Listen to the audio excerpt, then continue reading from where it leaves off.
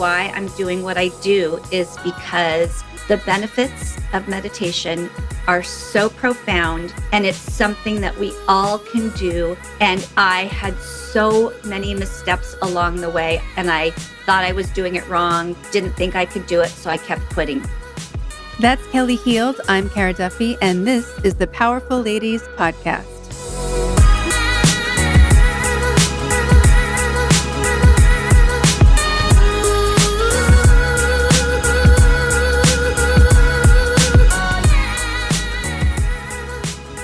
Welcome to the Powerful Ladies Podcast. Hi, Cara. Let's jump in and tell everyone your name, where you are in the world, and what you're up to. Great. My name is Kelli Heald, and I'm in Newport Beach, California, and I'm a meditation coach. And that's just the real simple basics of me, but it's a journey and a story that got me here, and I'd love to share some of that today. If we jump right back to 8-year-old you, Yes. Would she have imagined that this is your life today? Not in 100 million years. What were you imagining your life would be like then? You know, honestly, Cara, I think I wouldn't, and it gets me emotional to think about it. I don't think 8-year-old me would think that I could have survived the adversity that I've been challenged with in my life. So, boy, you're getting me emotional right off the bat. But I honestly think that, and I don't think 8-year-old me knew that I had it in me to survive what I've survived. And what have you survived? A lot of loss. A lot of loss. I lost both of my parents young. I was 20 when my dad passed away. I was 47 when my mom passed away. I have a daughter with special needs with Down syndrome, who truly is a blessing. But 8-year-old me would have thought, wow, how are you going to handle that? And then most recently, I lost my husband 9 years ago. So both of my parents and my husband, those are pretty substantial losses for somebody. I'm 57. So for somebody my age, those are pretty substantial losses, I would say. And are those losses what led you to meditation?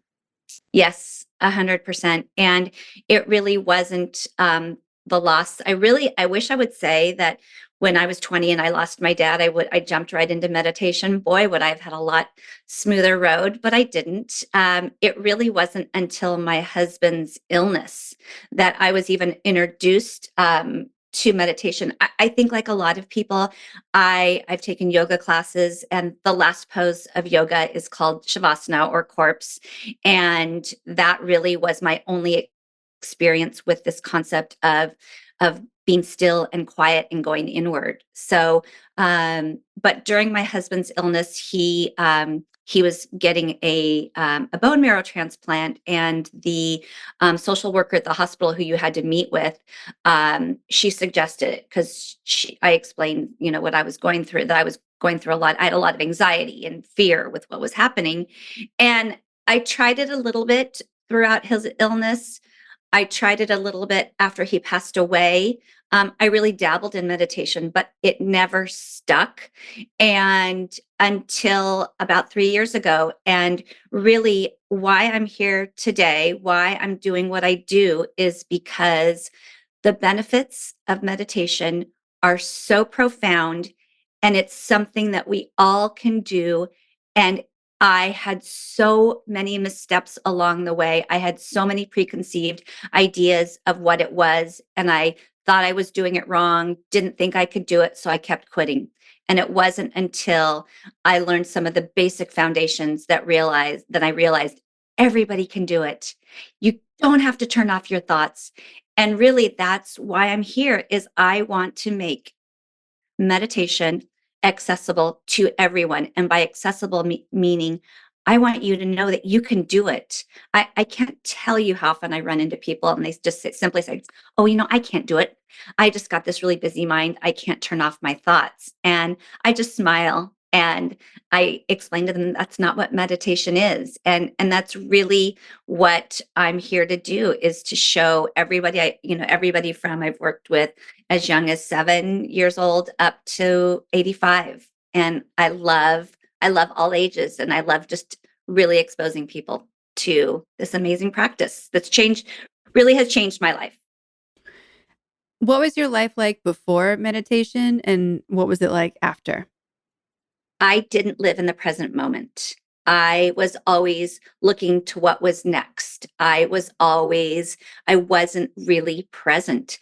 And a very startling moment happened after my husband passed away.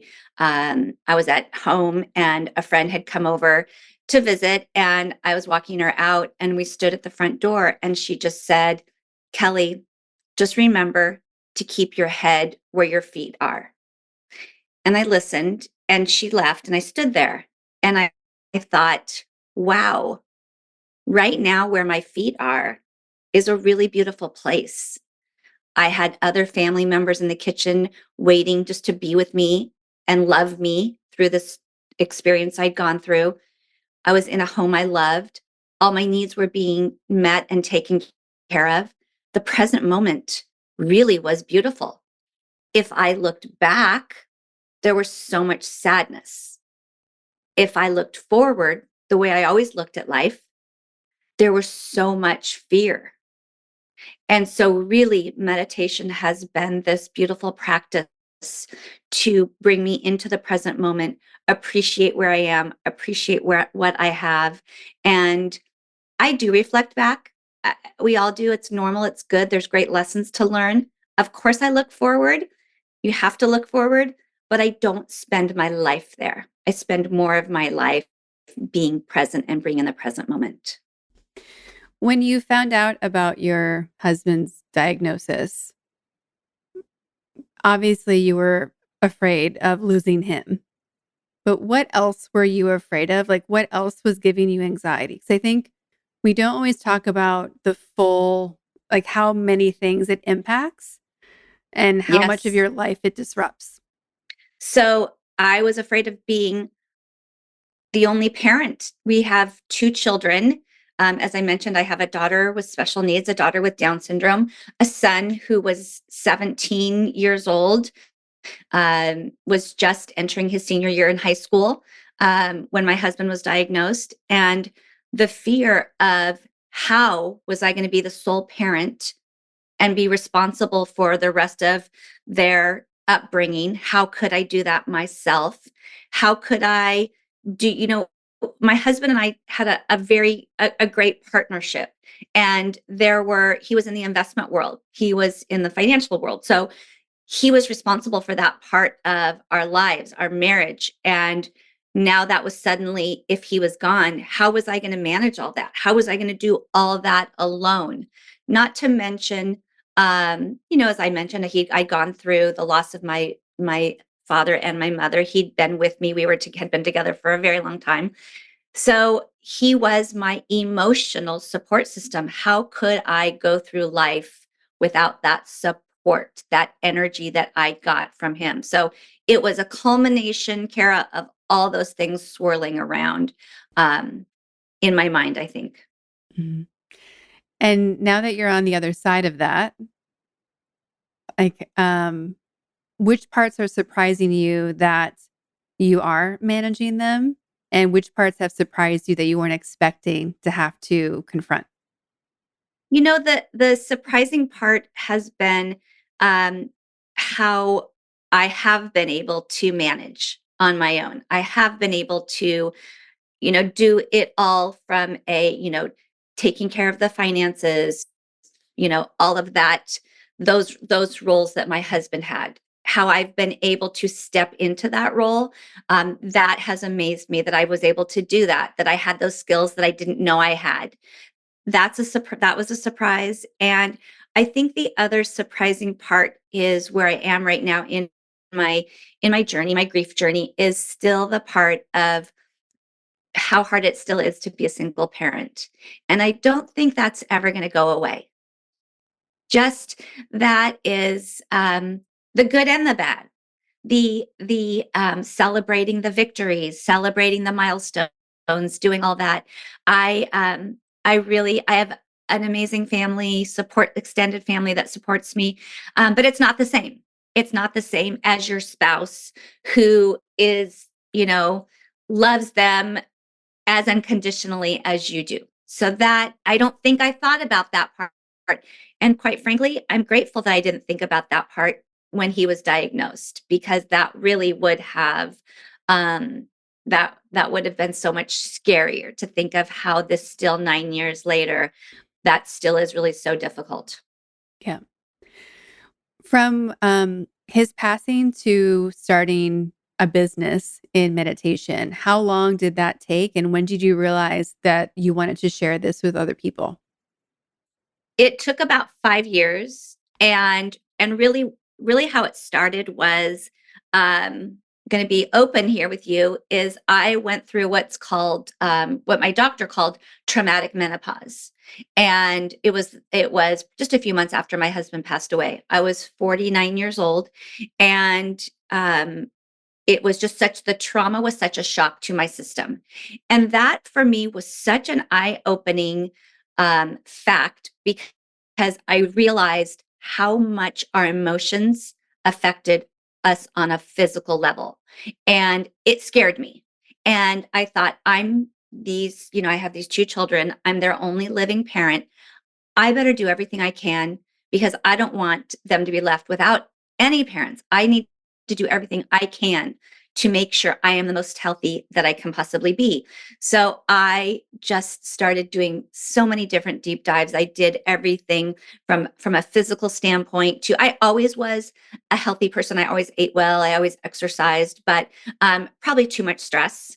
So I really tried all different kinds of modalities, and I mean, even went so far as, doing working with energy healers, working with a shaman, I mean, I tried it all. Astrologists, human design experts, I've done them all. And meditation really is the one. I do love all those practices, but meditation is the one practice that really has made the most difference for me in the whole of my being. And so I, as I was recovering and really healing, I had gone to a couple of meditation classes here in Newport. There was a woman who was teaching them a little bit sporadically, and I'd gone with a friend, but it wasn't with any regularity.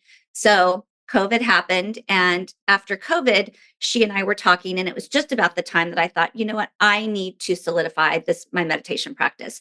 I know I just knew that was the missing piece. And so she said, well, let's go to that woman that we went to before. And I said, well, she's not teaching anymore. I said, but you know what? Come to my house. We'll figure it out. I'll get an app on my phone. We'll do a guided meditation together. Let's make a conscious effort. Let's commit to each other that we're going to do this.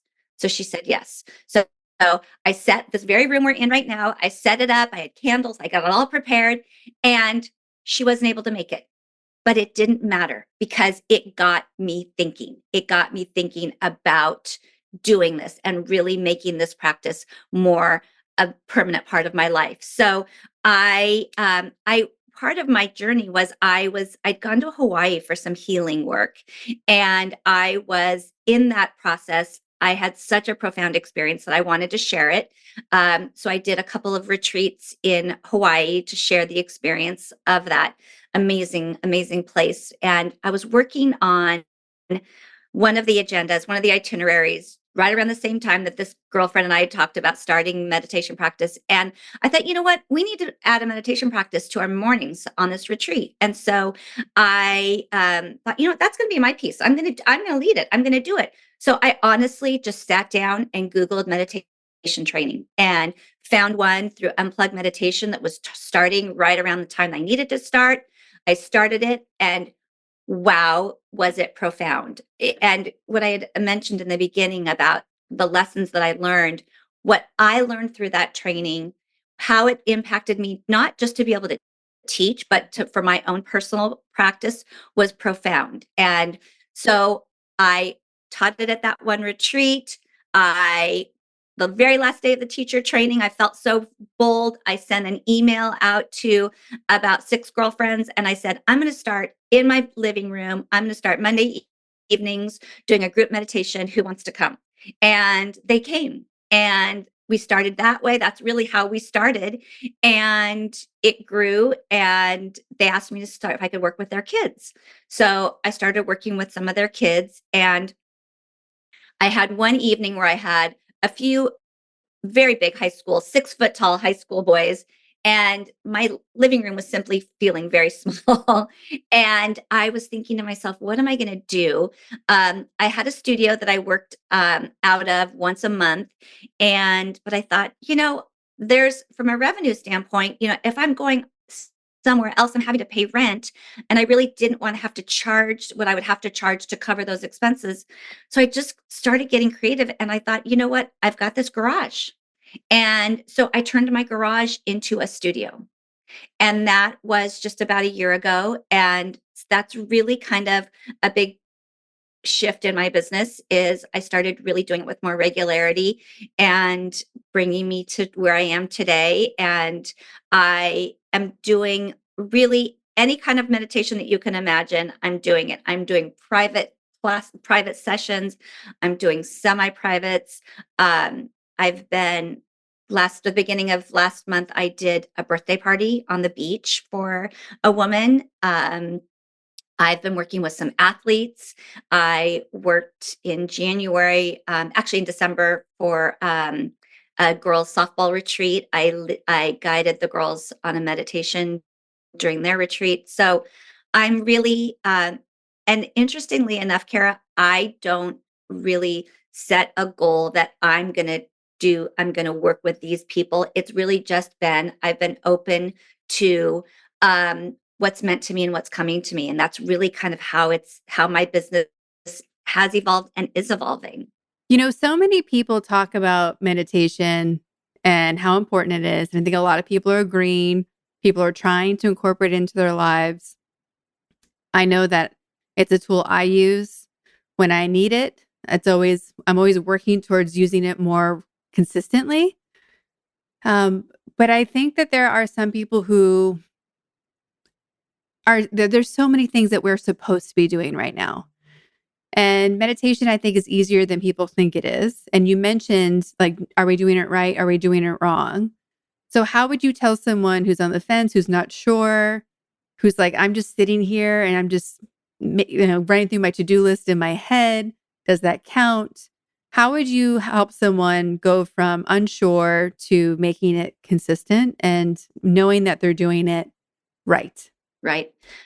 First, I would start off with, and I do like to share this with my students, is the science that backs it up, why we should do it. Literally, the brain scans that prove how it changes your brain. So I always share that literally that there are scans that show that the hippocampus has enlarged for people with a regular practice. Our memory, our emotional regulation, the amygdala, our fight or flight area shrinks. That matter shrinks. So I always like to show or to share with people that there is science to back it up. That's the first thing. The second thing is I always say if you're doing it right. There is no right or wrong way to meditate. There is no right or wrong time to meditate. If you're doing it right. And when you notice that you're having a thought, it's not to judge yourself. It's not to, oh, I'm doing it wrong again. Oh, there I go. You just gently bring yourself back. You just notice that you have this thought, that you're starting your shopping list, that you're starting your to-do list, and think, oh, okay, there I am. Let me come back. And what you come back to is some type of an anchor. I always suggest choosing an anchor before you start your practice. Your anchor could just simply be your breath. It could be a mantra. Or if you're listening to a guided meditation, it could be the words of the person that's guiding the meditation. So when you notice that you're having a thought, you just gently bring yourself back. And this back and forth really is where the good stuff is happening. Your brain, it's like a bicep curl for your brain. So you're not doing it wrong. You're doing it absolutely right. And I, you know, my meditation practice has evolved, but it changes every day. There are some mornings that I feel like I'm doing that dance constantly, like, okay, come back. Okay, come back. And other times where I drop in easily and there's no right or wrong way to do it. One thing that I've really noticed for me and how it translates into daily life is that awareness of having a thought is that translates for me into I'm in my day and I notice that my mind's going somewhere that's not healthy. Maybe my mind's going to a place of negativity, a place of fear.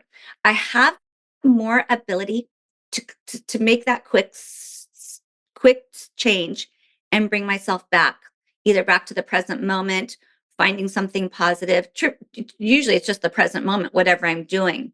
But that's one way that meditation, other than all the amazing things it does for your brain, but one way that I believe that it does just help you on an everyday basis. Not to mention sleep. What it does for I think almost every single person that I've worked with comments on how much their sleep has improved.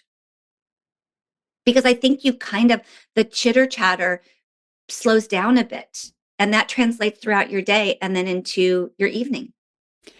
Well, and I think sometimes we overvalue that chitter chatter because the all the noise that's going on in our head, it's not us, right? It's really we have to it's a crazy thing to think about sometimes, but it's another thought process. And it can be usually it's always small based, it's fear based, it's ego based. It's not there to serve us. It's just there to keep us alive, which we're more capable of than it thinks. um, but it's really interesting to start developing a practice where you know whatever you're feeling or whatever that chitter chatter is not actually what's best for us. And that to your point, you can turn it off or turn down the volume. Or, I often will have to say, thank you for being worried about that. I got this. Like there's a level of it's very much to me like the Inside Out Pixar movie. You have to make Yes, sure all those emotions are know that you heard them and they right. can come down like we've got this. You can take a back seat, not a front seat. That awareness of not shutting it off, I think Mhm. helps. That not and I always say too, you are not your thoughts. Yeah. Well, and I've been talking to a lot of clients lately about like we are also not our feelings. It's something that my coach says all the time. It's something that was reiterated at a conference I was just at. And even being tired, like being tired is a feeling, and our feelings are untrustworthy. So anything that can change instantaneously because a song comes on or a friend shows up, or like there's so many ways to just shift it in a moment where you're like, that's not actually real. It's not concrete enough for me to make choices on. And with my clients, we've been talking a lot about, stepping into honoring what we really want for ourselves. And the biggest battle is with that voice. So when you've talked about letting go, you've talked about the sleeping component, you've talked about being more present. How has it changed how you're showing up for yourself doing meditation? So, when we talk about that voice, when we talk about that chitter chatter and how unreliable it can be, it a lot of times it's been there for with us for so long. I like to think of it as like this line in the sand that we just go those places. That's where our mind goes. We just go and it gets deeper and deeper. And that's kind of way our brain waves have been going. And so it's really shifting those thoughts during meditation, during um, bringing in positive affirmations and doing it over and over and over again. And so that you start to, that starts to become the new narrative that you're telling yourself. That starts to become, you start create those new neural pathways in your mind of where you want the life you want to create, the person you want to be. And that's really, I heard something recently that is so powerful to me, and that is that the brain doesn't know the difference between something that actually has happened and something that we imagine. And I don't know why that should be surprising to me, because fear, when you're afraid of something, it feels as real as if it's happening. So starting to, some people believe that this is kind of just a form of manifestation, but it's really about seeing those things you want to happen, feeling those emotions you want to happen. And that's one of the other huge benefits that I think meditation can bring to your life and to really your mind space, your Hmm. mindfulness. Yeah, to your point of the science behind it, I love that things that have been considered woo woo are having Western science studies and research and validation. Um, I have yoga teacher training and psychotherapeutic yoga teacher training, and it's like Oh, wow. neuroscience, psychology, and yoga. It's one of the great program. Highly recommend it. I can connect you to it Yes. later. But what's so interesting about that side too is when we tell our brains we have $1 billion, and our brain goes, "You're a liar. I've seen your bank account." It doesn't believe that we tell it something that's untrue. So it keeps looking around. It's like, how do I make this true? How do I align this back to truth? Which I think is so interesting that we can use our subconscious that way, and that ties back into that manifestation concept. But the other one I think we miss sometimes is our brains don't hear the word no or don't. And so if you say, "Don't slam the door," chances are the kid is going to slam the door because all they heard was slam the door. Right. And we so often say what we don't want or what we're afraid of instead of saying the opposite. And I try so hard with myself and my clients to course correct. So we're saying, what do we want instead of what we don't? Because we don't realize that, even saying things like, I want to lose 20 pounds is a very different mindset than I want to be the healthiest and most fit I've ever been. Because it's, again, talking about loss, and it's talking about something in a not good enough negative space as well. It comes from a place of negativity, right? Yeah. And I believe everything you're saying is all really based on energy. And I feel like it's energy that you're putting out. If you're putting out, if I get up in the morning and I look at my schedule and I've got so much to do today and I think, "Oh my gosh, this day is going to be awful. This is going to be so hard." Guess what? Chances are pretty good that's how it's going to go. But if I look at it and look at these, what's on my schedule today as opportunities and things I get to do, coming from somebody who's suffered, the people closest to me in my life didn't get to live really long lives. So the fact that I'm still, my husband and my dad weren't alive at this age. The fact that I get to do these things, maybe some of the things are not some of my favorite things, but it's just the way you turn it around and look at things. And I believe energy is huge, and we don't, I think, talk about it enough and give it enough credit for really how it changes the trajectory for our day. Yeah. And being thankful for, to your point, all of it. Thank you Yes. for this bill I received. Thank you for, Right. and so many of us, you don't have to be an entrepreneur or self-employed to control how your day goes. And I think Right. that's also something that we step over. And whenever myself or clients are complaining about the day, I'm like, who created this day? We did.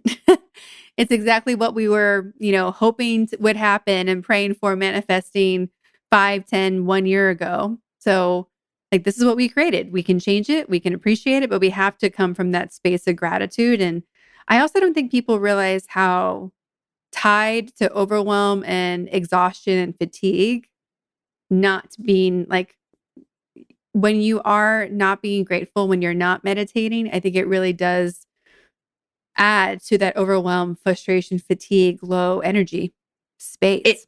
it does. It's what I call Mhm. I call it like a low vibrational, those emotions, low vibrations. And, to your point about gratitude, I think gratitude is one of the most underrated practices, and I firmly believe it is the one emotion that is can override everything else. I think it's very hard. I've not been able to do it, to be grateful and still feel sad, mad, angry, afraid.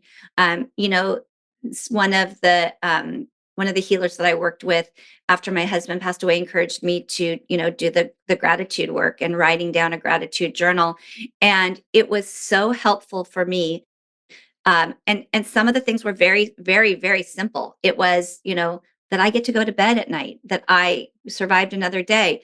But guess what? As the journey went on and my days, things would still come up and be hard. I'd look back at what I had survived and what I was grateful for in those early days. And the fact that I was able to find gratitude in the beginning gave me so much hope and so much peace. But I just think gratitude is, it's one of my favorite meditations to do with people. And it's, as I call it, as I say, it's the overriding emotion. Yeah. Well, and I would love to know on a practical level too. I mean, just managing day to day with a child with disabilities is I can't even imagine like what extra steps you have to have in your routine or what that looks like and even long-term planning. How Right. do you manage that? How have you created like happiness and flow with, supporting your daughter in a way that she can have her best life? Well, first of all, my husband really helped set me up in that he always believed that we look at her as what she can do and not what she can't do. And, every teacher we ever met with, we always ask them to assume she can do everything. And then if she can't, then we'll course correct. And so that's really how we've lived, how I've parented her. And she's truly um, the brightest light. What we went through my husband's illness, what she brought was truly such an amazing gift to me. But there is she's 20 turning 21, and so there are a lot of responsibilities, that extra responsibilities that I do have, and just I can't figure it all out on my own. And so what I've just been able to do is find a special needs attorney that can help me make the right choices, find people that have gone down this path before me. So that's really from a big standpoint, from a planning standpoint. I told my son recently that my daughter's name is Lauren. When she was little, my husband and I were on a walk in our neighborhood, and there was a home with like a garage apartment, and I pointed to it and I said, "Oh, well, maybe we could do something like that." And he stopped and looked at me and he said, "If she's still living with us when she's an adult, we haven't done our job." And that really has stuck with me, and she has every intention of living independently, and I know she will in some way, shape, or form. I know she can.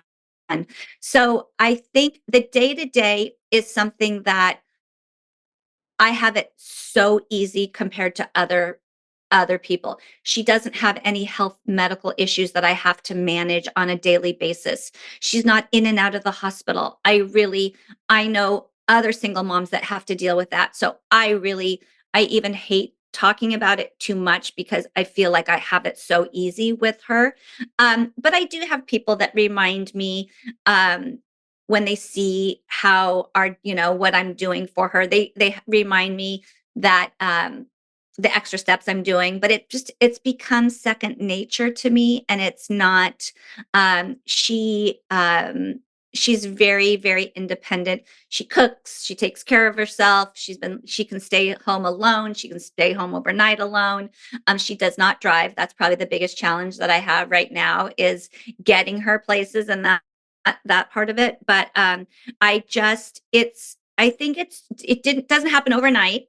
So you just, as it goes, you kind of adjust when you need the support but I guess the biggest answer is when I don't know, when is finding an expert to help me navigate the big things and just taking that off of my shoulders, that responsibility, because that gets scary too when you're talking about there's big things like conservatorships and all these things that I've had to learn about, a whole vocabulary and things that had my husband still been alive, he would have taken the lead on those things. And so I just know as much as I can know and then know who the experts are to go um, to help me, navigate and make the right Mhm. decisions. When you hear the words powerful and ladies, what do they mean to you? And do their definitions change when they're next to each other? So I do think they change when they're next to each other. But when I hear the term powerful ladies, um, I think a powerful lady is someone whose voice we want to hear. And I think we want to hear that voice because we believe there's a sense of wisdom behind it. and there's a sense of knowing that I believe women who are powerful know who they are. They know their voice. They're not trying to compete with someone else. They're the first ones to cheer on another woman, support another woman, not look at her as competition. I think that's so powerful. And I do I do think they are different. Power sometimes can have negative connotations. It can be too much. It can be too strong. And ladies, powerful ladies, just to me are, just wise women that have been down a road and they've fallen and they've picked themselves back up. And I want to hear from them. I want to learn from them. Mhm. When you look at your community, how have other powerful women in your life gotten you to where you are today? Oh, I wouldn't be where I was without the powerful women that I have modeled, have emulated, who just give me so much hope. There was one woman in particular. Her name is Alyssa Goodman, and she's a holistic nutritionist in Los Angeles. And I heard her speak a couple years after my husband passed away, and this was when I was on that being as helpful as I can journey. And that was really what I was about. Her book was called Cancer Hacks, How to Prevent Getting Cancer. And so that was why I was there. But I found out she was a widow and she's a few years older than I am. The most healthy, light filled, beautiful soul. And when I saw her, I thought, I can do this. I can survive this. And she's just one. I have friends who are business owners who are reinventing. That's another piece of my story, Kara, is I I was, stay-at-home mom, and I was proud of it and I loved every minute of it. And so this is really new for me. And so I'm really inspired by other women who are either reinventing themselves and creating new projects, new journeys, new businesses for themselves, or um, younger women who are doing it as well. I That's who is inspiring me right now. Yeah. We ask everyone on the podcast where you put yourself on the powerful lady scale. If 0 is average everyday human and 10 is the most powerful lady you can imagine, where would you put yourself today and on an average day? Um, I feel great today. Today, I feel I would give myself an 8 today. Um, but I'm not going to lie, I have plenty of 4 and 5 days. And those are the days that I have to dig deeper. Those are the days that I have to, I've learned the power in reflecting on how far I've come. And that gives me, um, that gives me the boost when I'm feeling a 4 or 5 to help bring me up to where I'm feeling today. Mhm. You have so many fun things that people can participate here locally in Southern California. Yes. What are all the ways people can come hang out with you, meditate with you, follow you, support you? Yes. So I also that I haven't mentioned is I do have an online course that I created that really is just a basic 12 module course to just teach anybody how to meditate. So that yes, I am in Southern California in Orange County, but that's, anybody can that's for anybody. Um to find about all my offerings, my website is Healed with Meditation. How ironic is that my last name is Healed, Heald, a little bit different than the Healing Healed. So Healed with Meditation is my website. And I'm on all platforms just as my name, Kelli Heald, Kelly with an I.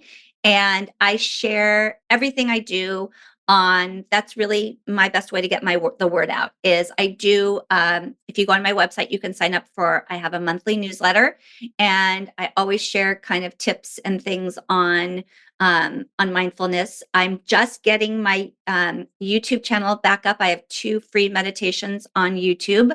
That's my name, Kelli Heald. So I and if I'm missing something and somebody wants another way for me to be able to interact with them, I'm open to it. I don't want anybody to feel like they can't get to me. I want to be able to help anybody in any possible arena that they need.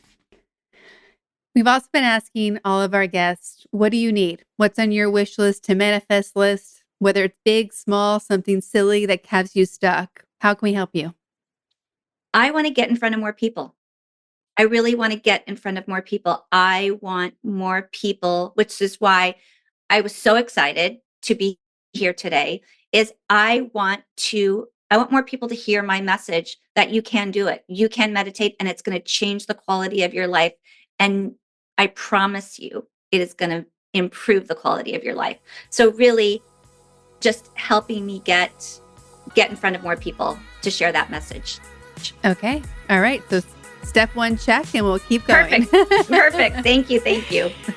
Well, thank you so much for your time today and sharing your wisdom with all of us. It's been so nice to meet you, and I look forward to getting a chance to meet you in real life soon.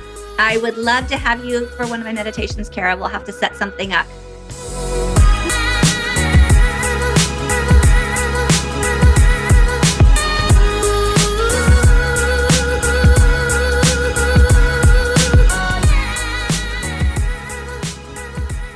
All the links to connect with Kelli and her meditation offerings are in our show notes at thepowerfulladies.com.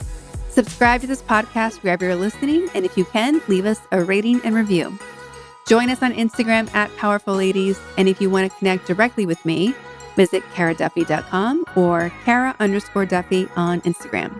I'll be back next week with a brand new episode. Until then, I hope you're taking on being powerful in your life. Go be awesome and up to something you love.